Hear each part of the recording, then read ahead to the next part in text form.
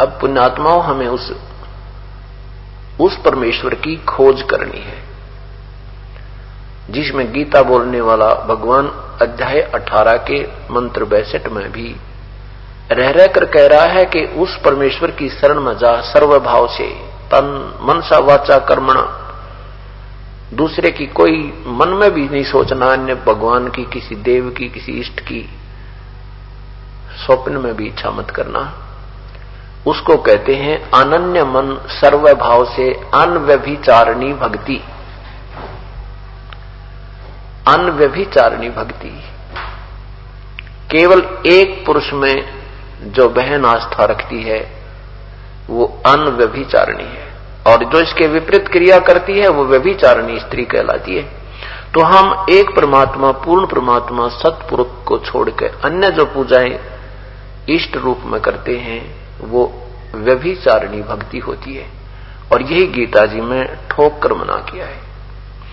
तो कहा कि अर्जुन तू सर्वभाव से, यानी अनव्यभिचारिणी भक्ति के माध्यम से उस परमेश्वर की शरण में जा जिसकी कृपा से तुम परम शांति और सतलोक को प्राप्त होगा। परम शांति और सतलोक, शाश्वत स्थान कहते हैं सदा रहने वाला, जिसका कभी विनाश ना हो, उस सतलोक को चला जाएगा। गीता जी के अध्याय 8 श्लोक 16 में कहा है कि ब्रह्मलोक तक ये सभी सारे लोग, विष्णु जी का लोक, शिव जी का लोक, ब्रह्मा जी का लोक, धर्मराय का लोक, पृथ्वी लोक, पाताल लोक, स्वर्ग लोक, ब्रह्म लोक, ये सारे विनाश में है। इनमें जन्म और मृत्यु, इनका विनाश और पुनरुत्थान होता रहता है।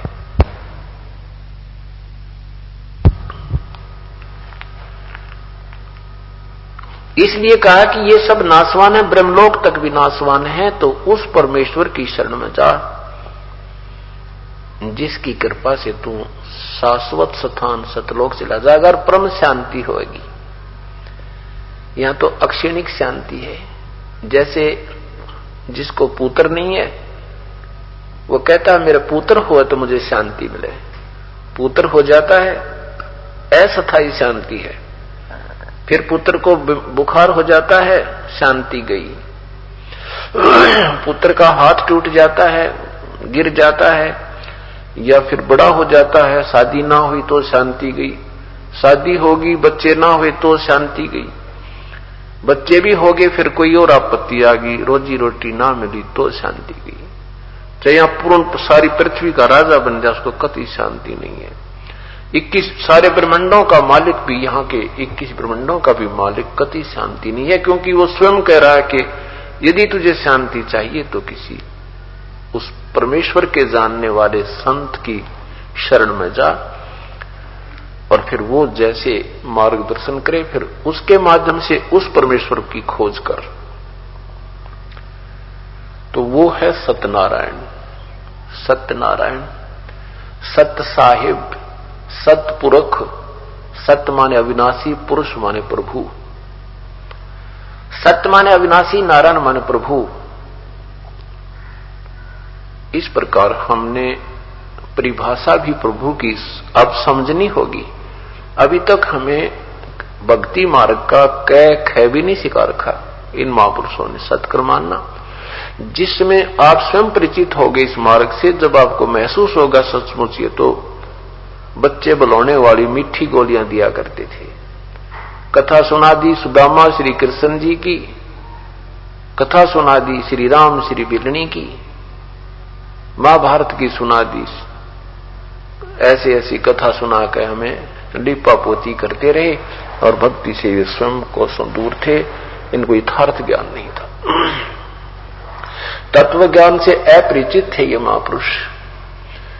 ठीक है, कभी शास्त्रानुकूल साधक रहे हैं वो महापुरुष।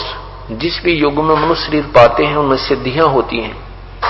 उन सिद्धियों के बल से वो अन्य प्राणियों को अपनी जेब खर्च से छोटे मोटे राहत दे करके एक अलग से ग्रुप तैयार जरूर कर देते हैं, लेकिन न मुक्ति अनुयायियों की और न ही मुक्ति उन महापुरुषों की, क्योंकि वो मुक्ति का मार्ग भिन्न है।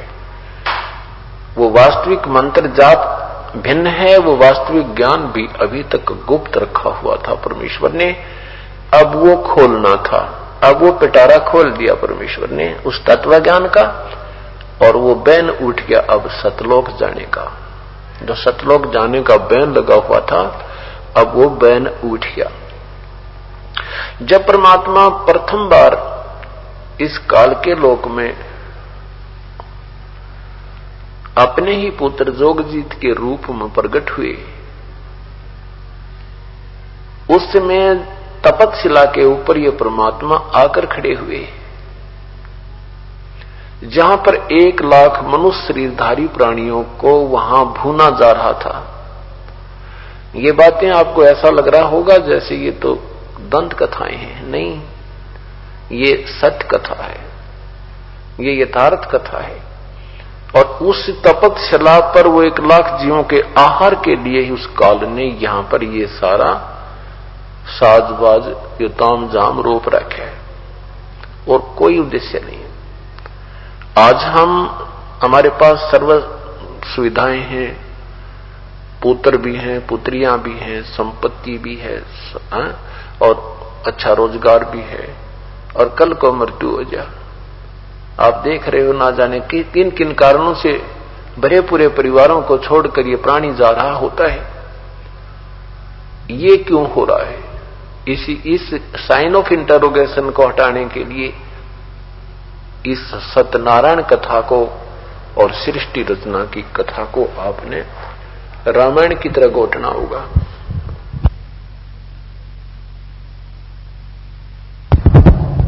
और यही जन जन को समझाना होगा, तब हम सतर्क होंगे। उस परमेश्वर के पाने की एक लगन लगेगी, तड़प बनेगी,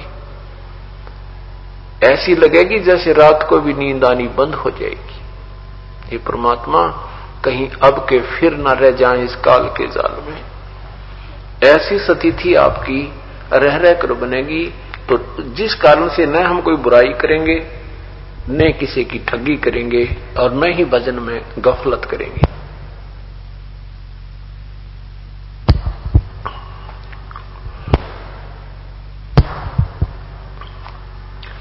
तो परमात्मा उस तपतशिला पर खड़े हुए आकर उनकी कृपा से उस तपतशिला पर जल रहे प्राणियों की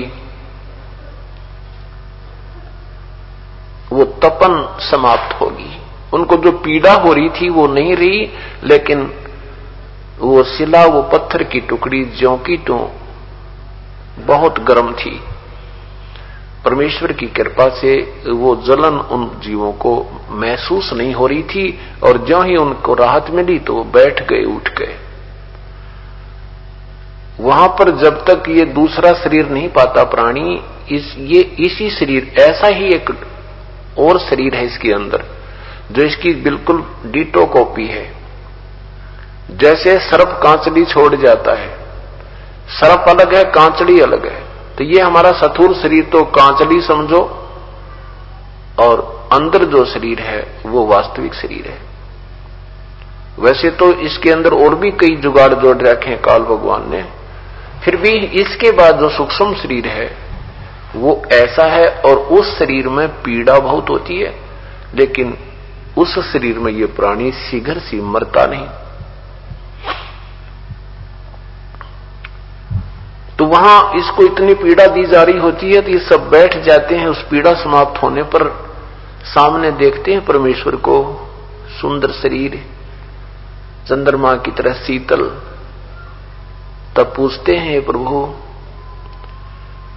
हम यहां पर कौन से पाप का दंड भोग रहे हैं? क्योंकि सब प्राणियों को पता है कि अपने ही एक क्रम का प्राणी दंड भोगता है। तब परमेश्वर ने कहा कि बेटा, तुम यहां जिस पाप का, जिस कर्म का तुम दंड भोग रहे हो, वो यहां का नहीं है। ये पाप तुमने सतलोक में किया था। वहां तुमने मेरे से आस्था हटाकर और इस निराकार भगवान जिसे तुम कहते हो, इस ज्योति निरंजन में, इस ब्रह्म में लगा दी। और मेरे बार बार कहने पर भी तुम बाज नहीं आए, जिस कारण से तुम मेरे से बिछड़कर मेरी आत्माओं काल के जाल में फंस गई। अब तुमको इसने काल ने ज्ञानहीन बना दिया, परमात्मा का नामो निशान मिटा दिया और अपना सिक्का खूब जमा दिया। परमेश्वर ने उनको पूरी सृष्टि रचना सुनाई, तुम कैसे काल के जाल में फंसे थे। तब वहां देख रहे हैं सभी के न तो उनके साथ कोई पुत्र आया है, ना पुत्री आई, ना पति आया, ना पत्नी आई, ना वो संपत्ति आई जिसको सारा जीवन जोड़ जोड़ कर वहां ढेर लगा रखा था। उस तपस्या पर वो देव भी थे जो अपना देव समय पूरा करके अरब 84 लाख योनियों में जाने के लिए तैयार थे। उस तपस्या पर वो भी जलाए जा रहे थे जो चारों वेदों के कंठस्थ ज्ञाता चतुर्वेदी थे। वो भी भूने जा रहे थे जो तपस्वी थे, क्योंकि एक बार प्रत्येक प्राणी को जिसको पूर्ण परमात्मा का आश्रय नहीं मिला, वो एक बार उस तपस्या पर अवश्य जाता है। उनको वहां से भूनकर उसके बाद उसको कोई चेतना नहीं रहती, उस पर वो इतना अचेत हो जाता है, फिर काल उनको उस बेहोश अवस्था में उड़ा देता है। रास्ते में ठंडी उसे रास्ते से गुजर कर ये आत्माएं होश में आती है। जब ये होश में आती हैं, चेत होती हैं, तो सामने धर्मराज के दरबार में लाइन में खड़े होते हैं, अपना नेक्स्ट जीवन की इंतजार करते हैं, उनका रिजल्ट क्या होगा, आगे हमें कहां जाना होगा। जो स्वर्ग में जाने हैं स्वर्ग जाओ, नरक जाने हैं नरक जाओ, राजा बनना राजा बनो, पशु बनना पशु बनो, पक्षी बनना पक्षी बनो। ये कर्म तुम्हारे ही तुम्हारे साथ हैं। और काल का जो उल्लू सीधा होना था वो उसने तपस्या पर कर लिया। इस सर्व ज्ञान को से परिचित होकर के सभी प्राणियों ने कहा, हे परमात्मा हमें सतलोक ले चलो। हे प्रभु हमारे से बहुत गलती बनी है, हमें ले चलो अपने लोक में, हम बहुत थक लिए, बहुत दुख पाए। परमात्मा ने कहा, बेटा ऐसे नहीं ले जा सकते, तुम स्वेच्छा से अपने पैर पर आप कवाड़ा मार कर आए हो। जब तुम मृत लोक में जाओ, जब तुम संसार लोक में नीचे जाओ, मनुष्य शरीर तुम्हें प्राप्त हुए और कोई संत मेरा मिल जाए इस तत्व ज्ञान का भेदी, तो उस परम संत से उपदेश लेकर के तुम भक्ति कीजिए, काल के ऋण से मुक्त हुए, फिर मैं तुम्हें वापस सतलोक ले चलूंगा। तब उन प्राणियों ने कहा, हे परमात्मा अब के जब मनुष्य जीवन मिल गया प्रभु कभी नहीं भूलेंगे, ये तो अब पता चला हमें, तो सचमुच काल का जाल है। तो कहते हैं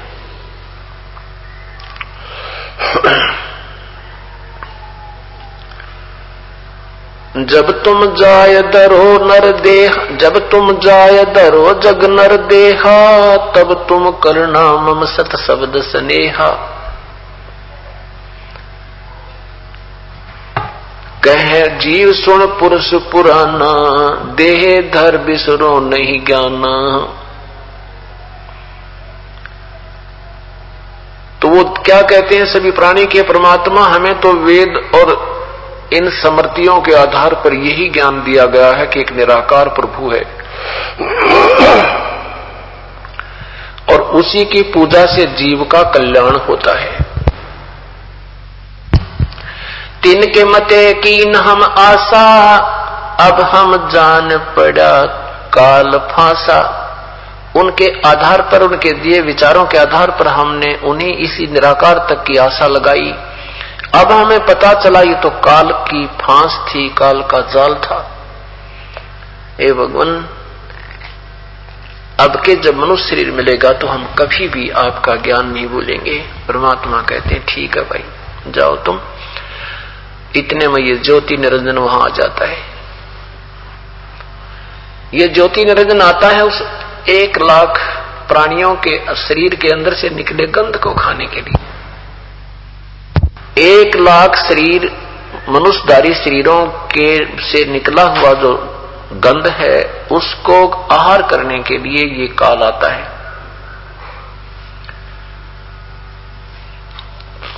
आप विचार कीजिए,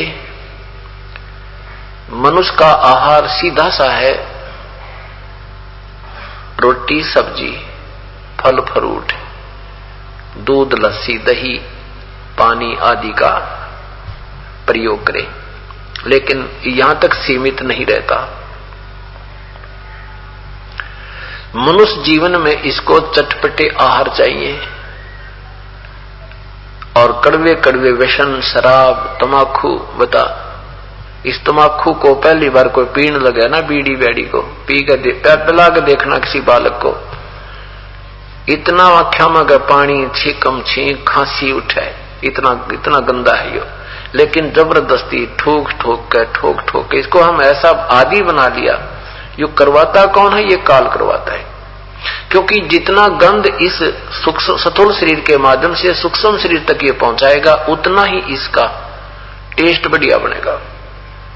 अब मनुष्य ये फल आहार छोड़ के और ये मांस खाना शुरू कर दिया, मछली भैंस भेड़ बकरी गधे जोटे के में ठा जाओ, गाय सुअर ये खाएं।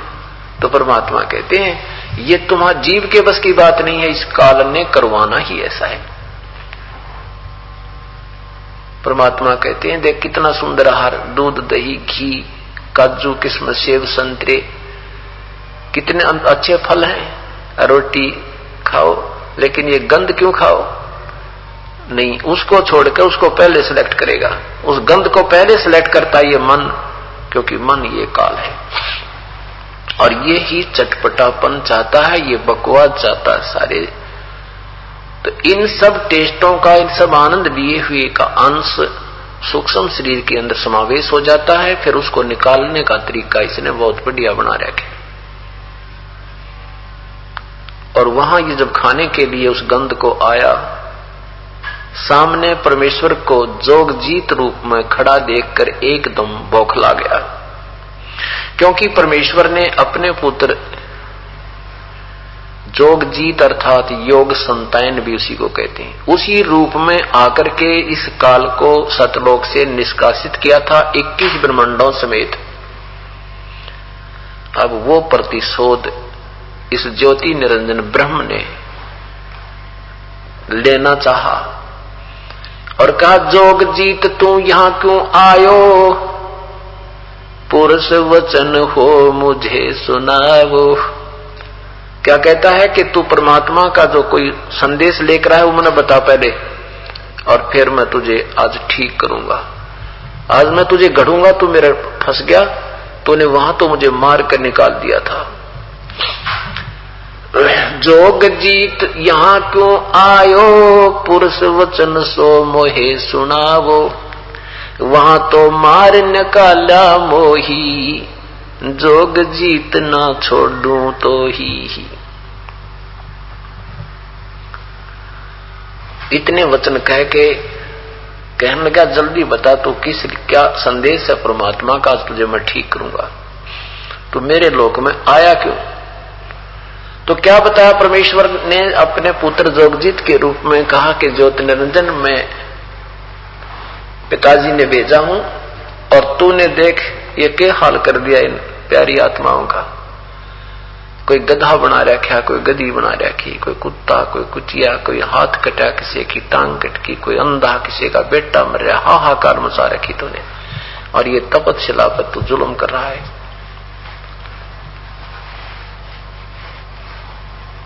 अब मेरे को पिताजी ने भेजा है कि मैं नीचे जाऊंगा तेरे ब्रह्मांडों में और तेरी पोल पाड़ूंगा, आत्माओं को बताऊंगा ये ब्रह्म पूर्ण परमात्मा नहीं है, ये तुम्हें बहका रहा है, ये ब्रह्मा विष्णु महेश समर्थ नहीं है, ये पूजाएं जो कर रहे हो तुम गलत कर रहे हो, मैं जा करके उनको निर्णय दूंगा और उस परम पिता की याद दिलाऊंगा जिसकी तूने भूल डाल दी, जिसको तूने छुपा दिया। कहते इतनी सुनकर वो काल मेरे ऊपर परमात्मा बता रहे हैं धर्मदास जी को कि मेरे ऊपर इतना भयंकर हो गया, इतना बुरी तरह मेरे ऊपर टूट कर पड़ा जैसे अभी मार डालेगा। और धर्मदास जी को परमात्मा क्या बताते हैं, ये हम सब पुण्यात्माओं को संकेत भी कर रहे हैं कि जब भी तुम्हें कोई काल अटैक दिखाई दे, कोई भी काल का आक्रमण आपके ऊपर होता दिखाई दे, सूक्ष्म या साक्षात रूप में, अपने उस सतनाम का सिमरण प्रारंभ कर दीजिए। तो क्या कहा कि धर्मदास उस समय मैंने इस सतनाम का उच्चारण किया और सतनाम के श्वास के सिमरण से वो ऐसा गिरा कि जैसे पक्षी की पंख कट जाती हैं, पड़ा पड़ा तड़फ रहा होता है, वो उठ नहीं सकता। जब मैंने उस श्वास के सिमरण से उसको ऊपर आघात किया, जब उसने देखा कि काल ने देखा कि अब इसके पास बहुत बड़ी शक्ति युक्त कोई मंत्र है, कोई शक्ति दी है प्रभु ने, तो मेरे चरणों में गिर गया ये ज्योत निरंजन ब्रह्म और कहा तो मेरा बड़ा भाई, मैं तेरा छोटा भाई। और छोटे तो उत्पात करते हैं, बड़े अक्षमा किया करते हैं, मुझे क्षमा कर दो, मुझे पता नहीं था, मेरे से गलती होगी। चरण पकड़ के छोड़े नहीं, रोता रहा। तब परमात्मा कहते हैं कि मैंने कहा कि मैंने अक्षमा कर दिया, छोड़ मेरे पैरों को। तब गिड़गिड़ा कर कहता है कि हे प्रभु, मैं तो आपको भगवान के पिता के समान मानता हूं, क्योंकि आप उनके आदेश लेकर आए हो, आपके अंदर उसी परमेश्वर की शक्ति है। हे प्रभु, मेरे लोक में कुछ त्रुटियां हैं, इनको पूरी कर दीजिए। परमेश्वर ने कहा कि मांग, क्या मांगता है? कि ऐसे नहीं प्रभु, वचनबद्ध हो जाइए। परमेश्वर ने कहा ठीक है, मैं वचनबद्ध हुआ, बोल क्या मांगता है। तब खड़ा हो गया, खड़ा होकर कहने लगा कि 3 लोक में जीव कम ले जाना, ना 3 युगों में जीव कम ले जाना, सतयुग त्रेता द्वापर माही, तीनों युग जीव थोड़े जाही, चौथा युग जब कलयुग आवे, तब तब शरण जीव बहु जावे। ऐसा वचन हर मोय दीजे, तब तुम गवन संसार ही कीजिए।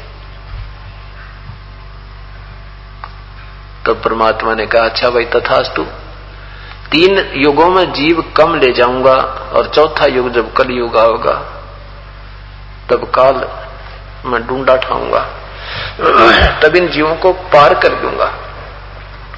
तब देखा ना, इसने वचनबद्ध हो गई, सारी बात होगी, तो फिर तेवर बदल गया। कहने लगा बेशक जाओ संसार में जोग जीत तेरी कोई नहीं माने, मैंने अपने नकले दूत भेज के, मैंने अपने नकली दूत भेज के सभी को उल्टा रास्ता फिट कर दिया, सभी को शास्त्र विरुद्ध साधना पर आधारित करवा दिया दृढ़ता के साथ। और ब्रह्मा विष्णु महेश को सुप्रीम पावर उनके हृदय में जना रखा है।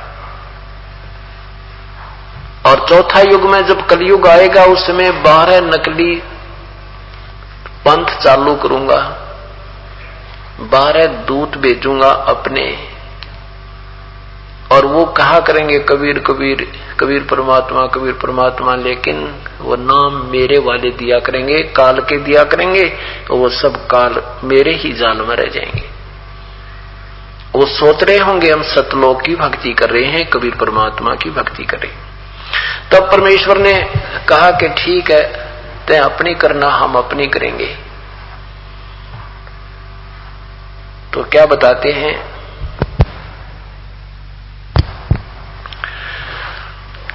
दवा 10 पंथ धर्मदास, जोग जीत जाओ संसारा, जीवन मन कहा तुम्हारा।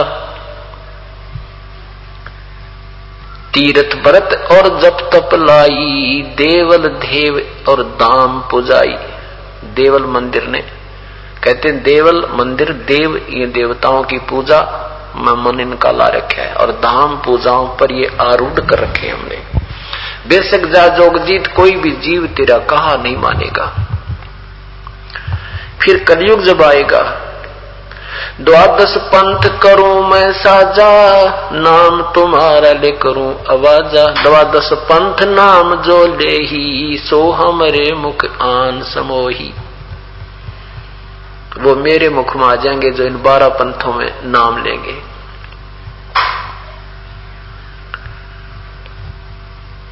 प्रथम अंश हमारे जाई, पीछे अंश तुम्हारा आई। काल कहता है कि पहले मेरे दूत चले जाएंगे और पीछे जब तेरा अंश आएगा तब कोई ना सुनेगा। तब परमात्मा ने कहा कि ठीक है, जो ज्योति निरंजन तू अपनी करनी कर, हम अपनी क्रिया करेंगे। अब यहाँ पुण्यात्माओं के मन में ये भी आएगा, जब ये पुण्यात्मा काल के जाल से इस दुख से पूर्ण परिचित हो जाती हैं तो बहुत महसूस करती हैं।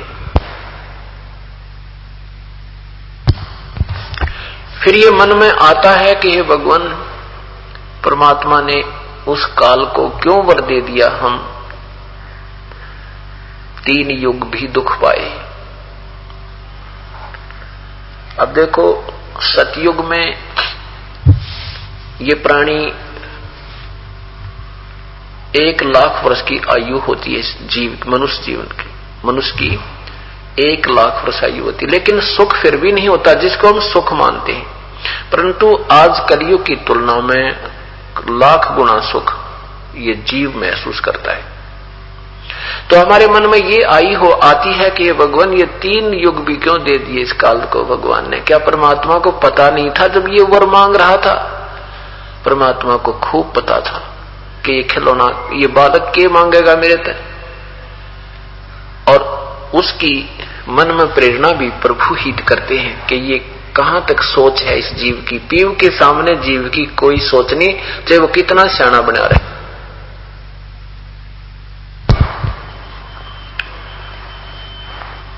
परमात्मा को पता था कि ये क्या मांगेगा, और उनको ये पता था कि 3 युगों में ये प्राणी अपने ही शुभ कर्मों से इतने सुखी नजर आएंगे कि ये पूर्ण परमात्मा की भक्ति नहीं स्वीकार करेंगे। और चौथे युग जब कलयुग आएगा, ये इतने कर्महीन हो जाएंगे, ये संसारिक सुख तो इनको दिखेंगे पर मानसिक कति शांति नहीं होगी। जो पूजाएं ये कर रहे होंगे वर्तमान में, उनसे इनको कोई लाभ नहीं होगा। और फिर वो उन पीड़ाओं से पीड़ित मेरे पास आएंगे, मेरे भेजे हुए अपने दास के पास आएंगे, और फिर आते ही वो सुख चैन पाएंगे, वो समझ जाएंगे भगवान कैसा और कौन है। फिर ये मुझे पहचानेंगे और फिर मैं इनको पार ले जाऊंगा।